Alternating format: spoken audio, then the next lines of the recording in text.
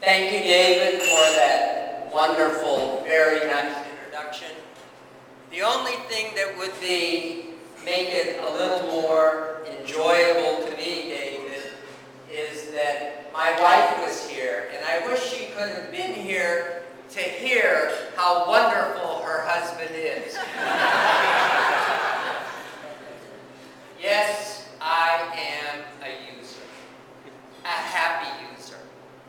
But more important about being a UroLift user is what it means to my patients. I want to tell you about the lives you are changing. You may not hear the stories all the time about the end result of using your device in our patients. I can tell you that you have a game changer. You know, I feel the excitement and the enthusiasm from this audience. I also can feel the fire in your belly. That was chicken.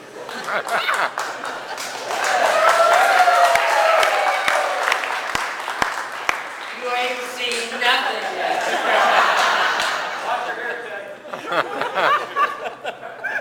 How many of you saw my performance in Dallas at the National Sales Meeting? Several. I want to tell you that what you're going to see this evening is entirely different. What I'm going to do this evening is the exact show that I did for Celine Dion at her intermission at Caesar's Palace. It's the same show that I did to bring on Beyonce at the White House. It's the same show that I did for Prince William and Kate for their wedding in London. So it's an entirely different show that you're going to see this evening. And I want to start with some myths and misinformation that are associated with the management of the large prostate gland. Now, is Gonzalo here?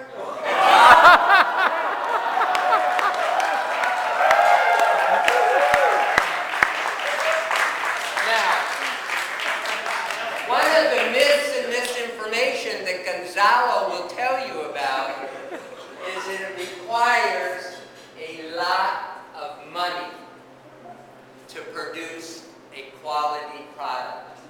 So I'll let these few dollar bills symbolize the monetary component.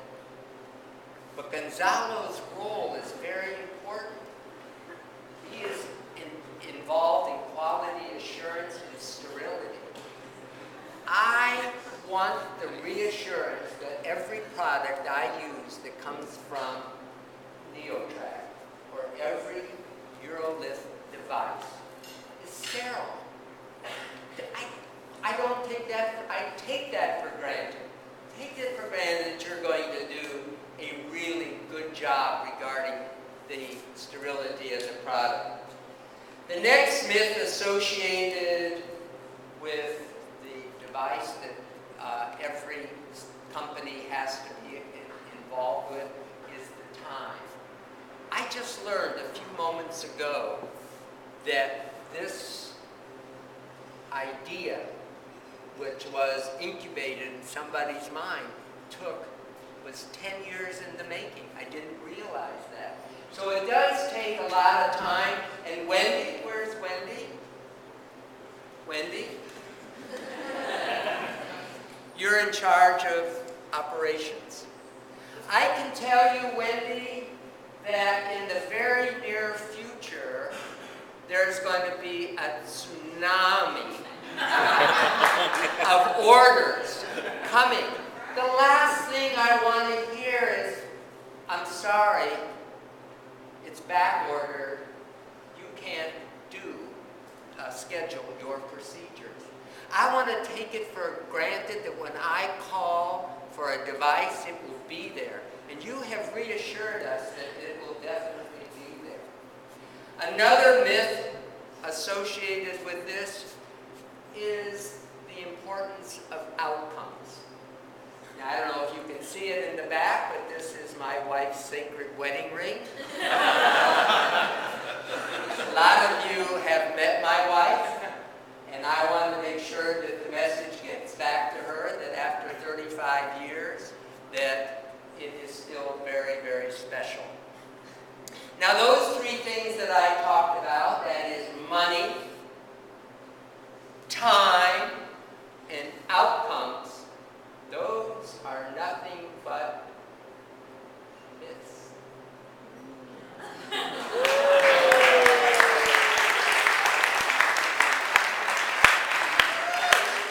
So what's the truth? What's the reality? The reality is that the outcomes for UroLift are robust. You've got 2-year data that I count on, that you have reassured me, that I know that this product that I'm inserting in these patients are going to last for 2 years. Second, I can tell you that the time that you are spending to make your product available to us, and they will never have a problem getting enough of a device, is going to be there. And I also want to assure you that you did 800,000 in the month of January. I can tell you that when we're here next year at this time, that you are going to reach, is it the $25 million goal? And I'm going to do my part. I've got 5 cases scheduled this month already.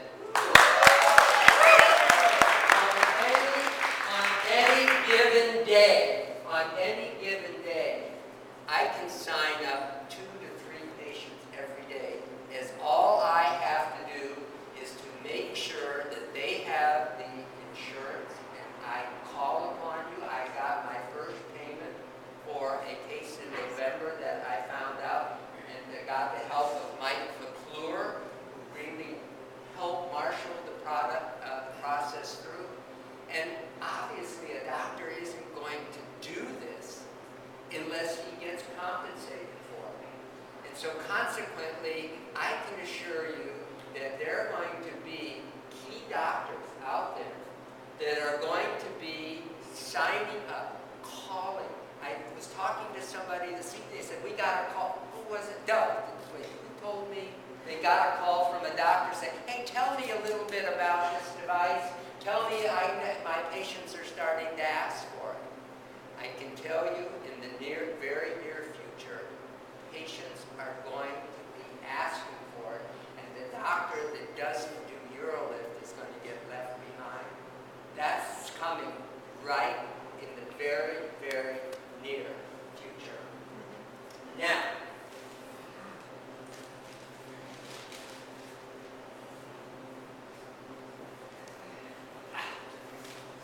I'm going to do a trick, but I need someone with a vivid imagination. Ted, where's Ted? Ted Binder? Where? Bender? Where? Ted. The reason I asked for you is that it's going to require an imagination to accomplish this. And I know that lots of people within this organization have great imaginations. But I know you are at the top. And the reason I know that is you're in R&D, is that correct? And you are in R&D as well? Yes. Okay. All right. Why is R&D important? Because I get the feeling that UroLift is listening to your customer. I'm the customer. And the customer said, I don't want to keep taking the device out for every time I have to do an implant. So the customer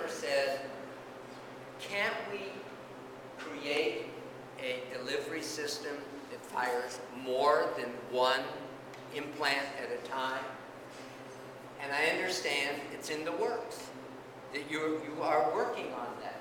And I can tell you how important that is because you've got to listen to people in the field. You can only do this if you decide to get better. The device is good, but it can get better, and that's what the customer is asking for, and that's what you are doing. So I'm going to ask you to help me with using your imagination. I have an imaginary deck of cards, and I'm going to throw you the deck of cards. Get your hands up to catch it, Ted. Here we go. Got it. Okay. Now, Ted, what I would like for you to do is to take the deck of cards and shuffle them up. Shuffle them up. Why, I never had someone that gave sound effects with the effect. Shuffle up the cards. Cards are all mixed up. Okay. I want you to reach in and grab one card and look at it. Show it to somebody beside you so somebody else sees it. What are you all looking at? It's imaginary cards. Okay, you saw the card? You saw the card.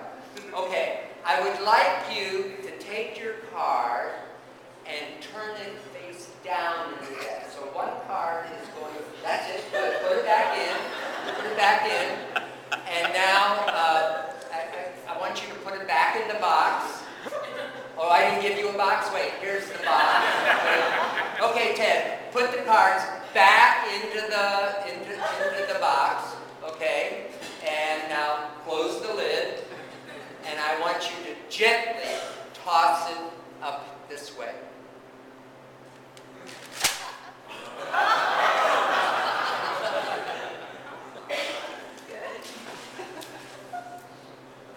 Ted. Ted talks. Ted, I gave you an imaginary deck. You turned the card upside down. You tossed it back to me. One card is upside down in the deck that you tossed to me. For the first time, share with everybody here. What was your card? Four of diamonds. The 4 of diamonds. Look at this. I'm going to go through the deck, and I want to see if you see one card is upside down. All the cards going one way, one card is upside down. Linda, will you help out? I want you to reach up. Don't look at it. Grab the card. Hold it up. Turn it around. Don't look at the card. Now, you could have picked any card you wanted. You picked the 4 of diamonds, imaginary deck of cards. Cards were all shuffled, placed back into the deck, and thrown this way. Linda, stand up, and for the first time, take a look at the card and share with our audience. It is the 4 of diamonds.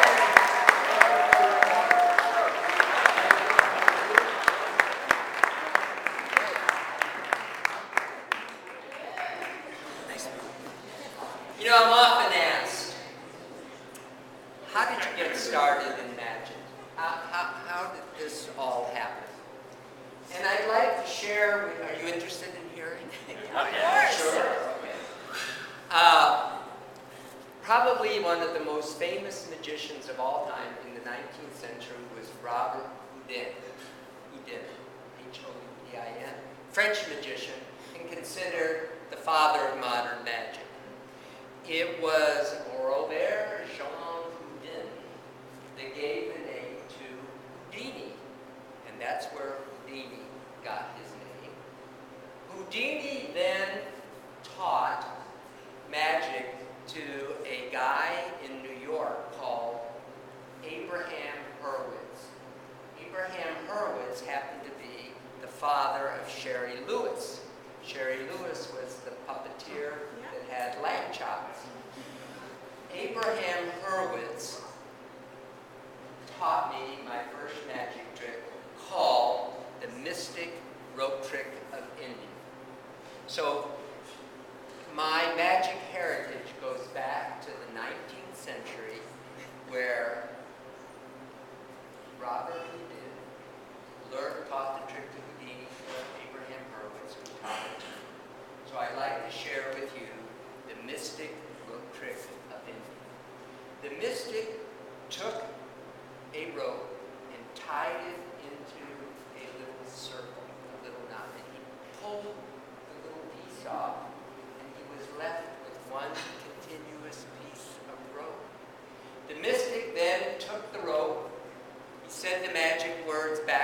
instead of hocus pocus, he said hocus hocus, and amazingly enough, the rope was restored.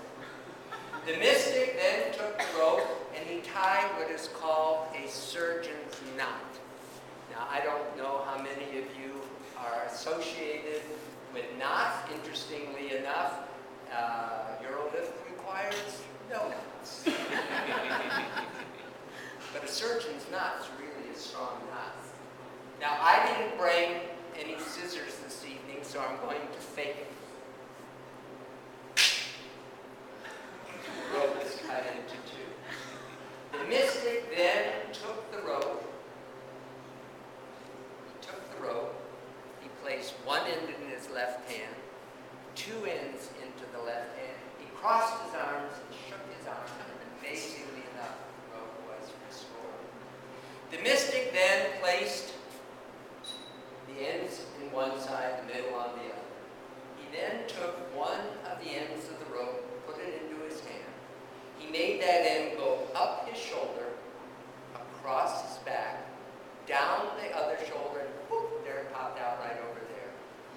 The mystic then took the other end in order to make it brief. He threw the ends over to the other side, so he had the ends on one side and the middle on the other. Would you hold that, please? Help me with that. Now, you put it on the table. You can hold it up if you want, all right? Now, this piece of rope, I can let you examine that piece, but this piece of rope I can't let you examine because this is the special, magical piece of rope. But yet I can't let you look at the little piece.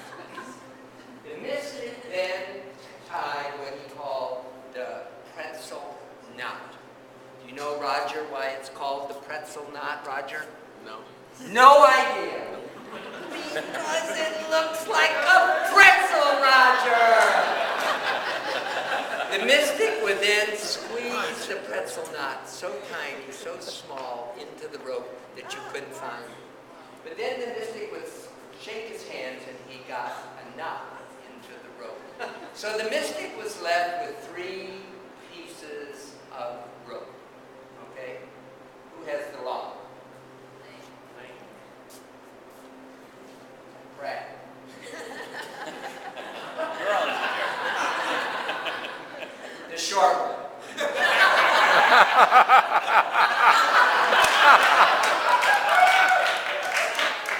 Linda says that. Okay. I am left with 3 pieces of rope that are of different sizes. The mystic put the rope into his hand and he says the magic words, stretcho, stretcho. And amazingly enough, he was left with 1, 2, 3 pieces of rope that are all exactly the same size. Now that's kind of pertinent to why we are here this evening. Because there's 3 things that are going to make Eurolift work. 1, it's an outstanding product. If the product doesn't work, misfires, not available, not sterile, it won't work.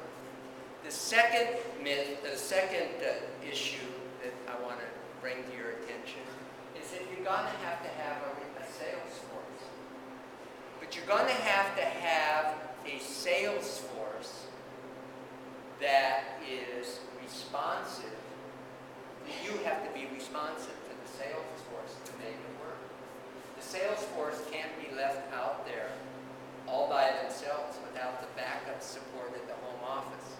And that's where all of you come in. All of you are a necessary ingredient in order to make this successful. And the third piece of rope is the training. The training, are you the, Yes. the training? Yes. That He's the Joe training. does. Yes. That not only are you training the sales force, but you're going to have to train the doctors, as well. And that has to happen and has to work in order to make it a successful invention.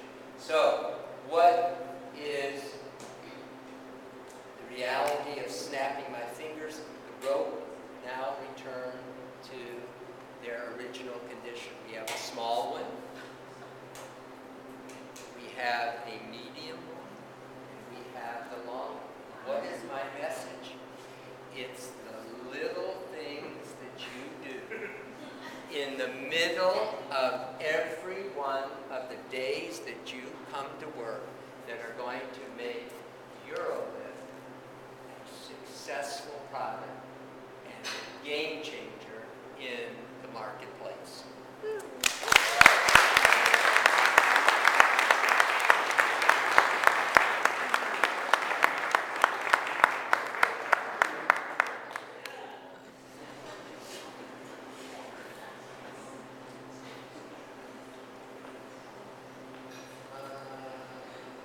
Oh, here it is. All right. I need someone to loan me a $100 bill. Are there any?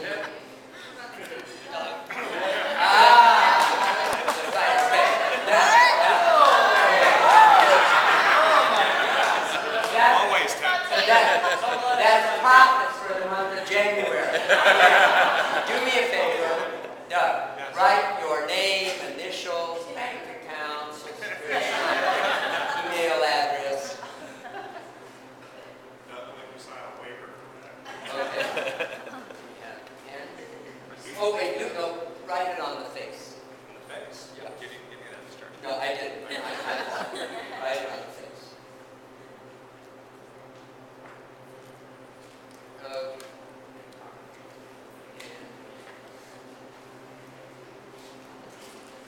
Now,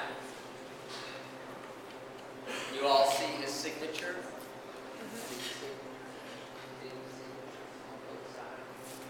Now, very few people are comfortable loaning a magician, money. So I can certainly understand your reticence to loan me the money. Now, would it be a good trick if I could make his signature disappear from the money? Would it be a good trick? For you.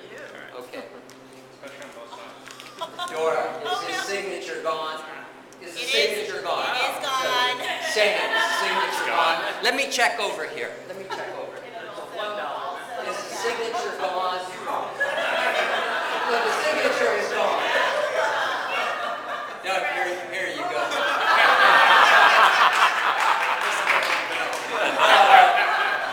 Doug, do you have another $100? Because this gets a lot better the second time.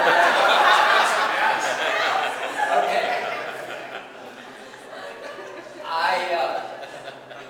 Let's go into another trick. That's quite like I like. Okay.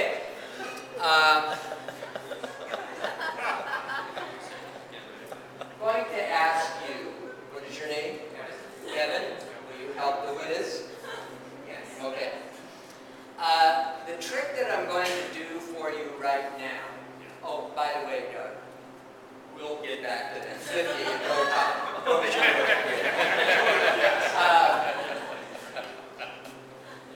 I'm trying to work on lightning calculations, making computations very quickly without any computer, without any adding machine. So, I want to do a effect using lightning calculations, and I want to share with you that I am trying this trick. I am trying for the Guinness Book of Records with this effect. That if I can do it under 33 seconds, I will then enter the Guinness Book of Records. I want you to think of a year between, let's say, a year between 1900 and 2000. Do you have a year that's significant to you? Okay, you have one of those years that's significant to you? Yes. Okay. I want you to take the pen. And I want you to write on my business card, the year that's significant to you, either above there or below. The doctor has a QR. I mean, this isn't your ordinary urologist here. How many doctors have you seen with C code on their business? Okay, so above or below, write, write a year that is of significance to you. Go ahead, write it so I can see it. I'll hold it. Go ahead, write it above or below. Okay. The year that he wrote was, we're going to share with everybody, 1976. Can you see that? Yes. Walk out into the audience, you all see. He wrote 1970. Correct, Kevin? You don't have to share with us what the significance is, but that's the year that he wrote, 1976. Now I need someone with a second hand on their watch. The time, I would like to get this. I mean, I've had standing ovations. Okay, 1976. I need someone with a second hand on their watch to time me because I am trying for a lightning calculation and I'd like to get this under 33 seconds. Who has a second hand on their watch? Somebody. Okay, you have a second hand? Okay. When you tell me start, I want you to go to 30 seconds, and that way I'll know, how much extra time that I might have. When you tell me to start, I'll start lightning calculation. Ready? Tell me when. Go.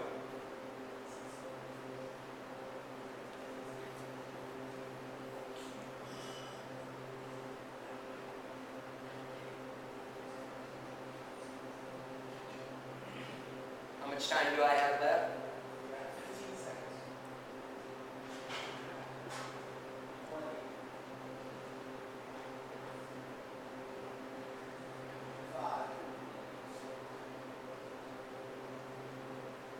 Okay, how much time? 30. I got it under 30. Okay. Now, let me give Kevin the card. And we're going to go to this grid here. Tammy so nicely created for me. And I want you to read me the numbers in the top row. 574. 499.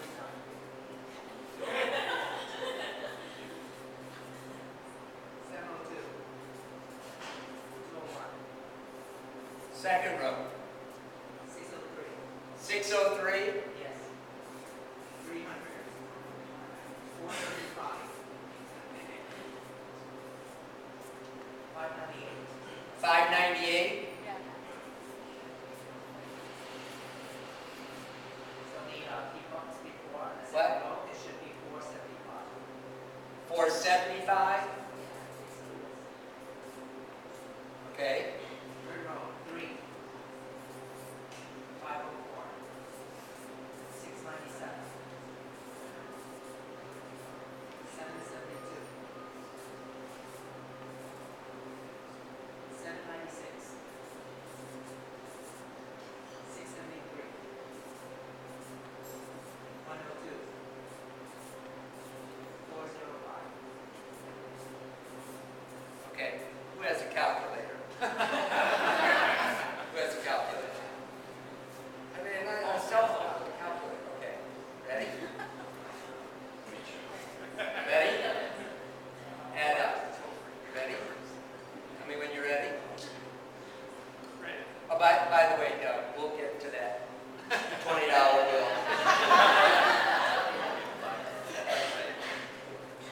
Ready? 574. Oh, wait. His number was 1976. Ready? 574. 499. 702. 201. What does that add up to? 1976.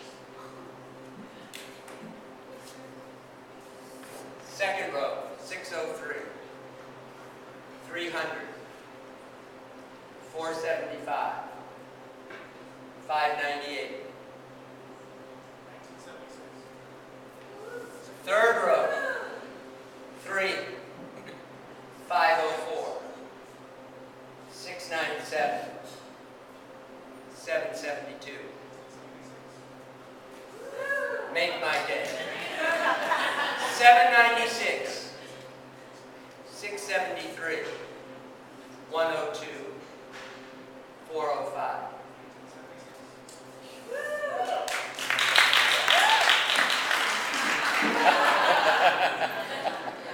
Let's go this way.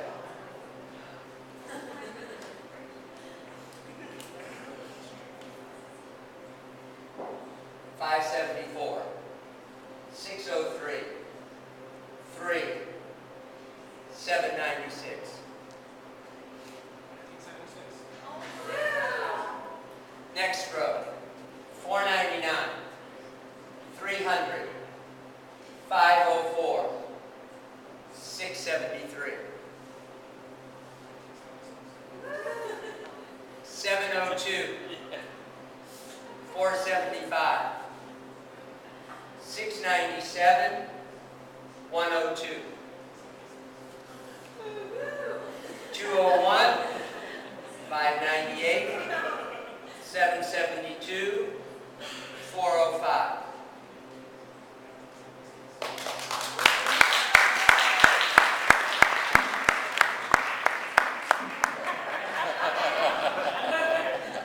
The corners. 574. 201. 405. 796.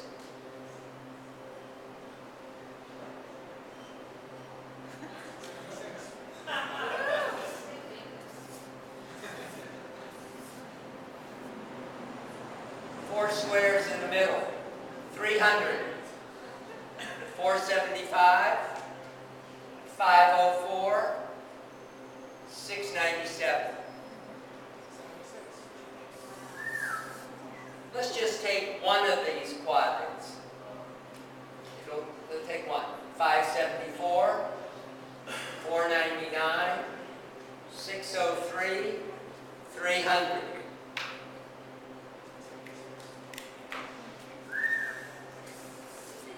All right. Trust me, it'll work for all of you. Two more. Diagonal. 570.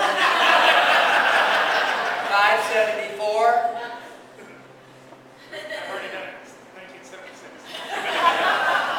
Last one. 201. 475. 504. Trust me, it's 1976. Yeah. Doug, about that $10 bill. You know, I'm having a little problem with the shoe. Yeah. I don't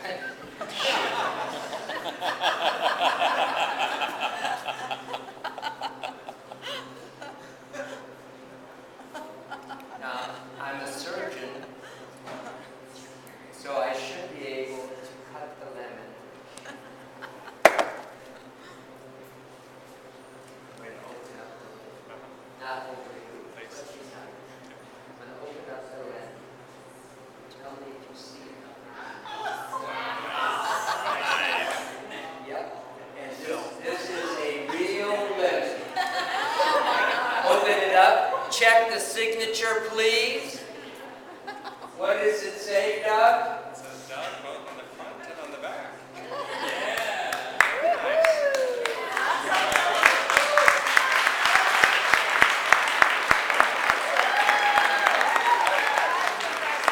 Now, I'm available for birthday parties, anniversaries, bar mitzvahs, And Beyonce.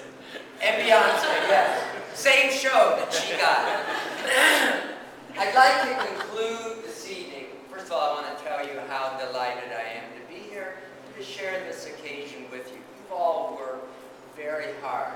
And you, I know many of you are behind the scenes, but I can tell you that your doctors and your patients appreciate all that you do. There is no question that without you, without the founders, without the sales force, without someone directing and guiding the ship, this would not be possible.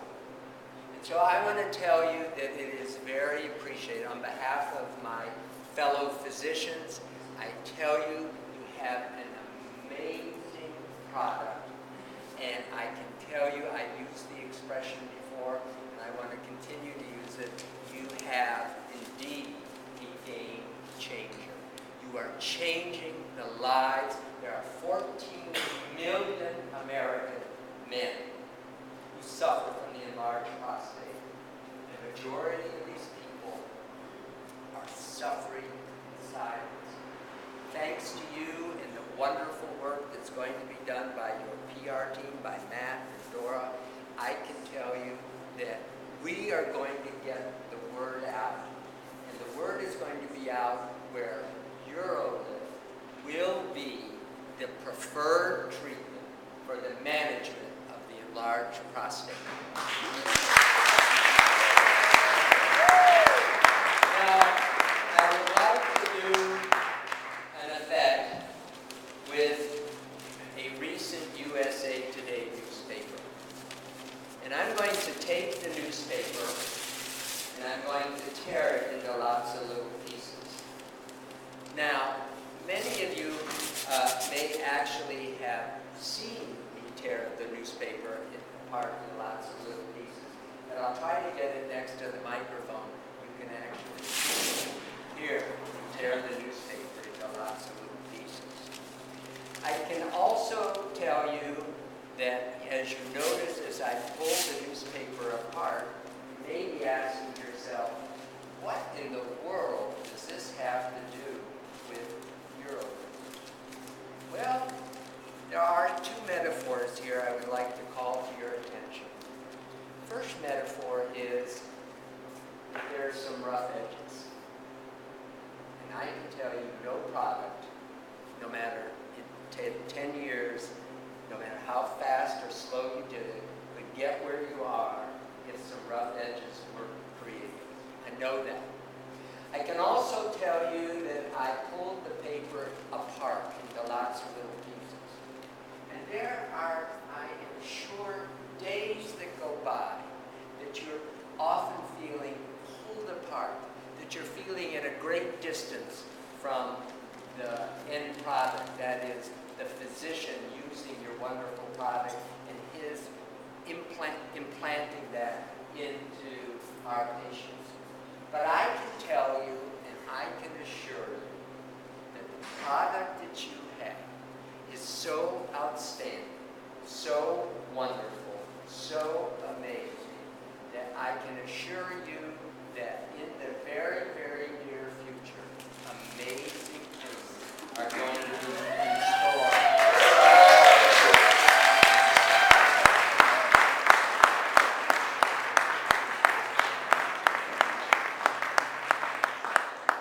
I thank you very much for this invitation. I'm delighted to be here. I'm delighted to be a part of the UroLift team. I really feel quite honored to be included, to be, I said to David, I want to be your poster boy. And I am so delighted to be associated with this product. This is a product that I feel comfortable using.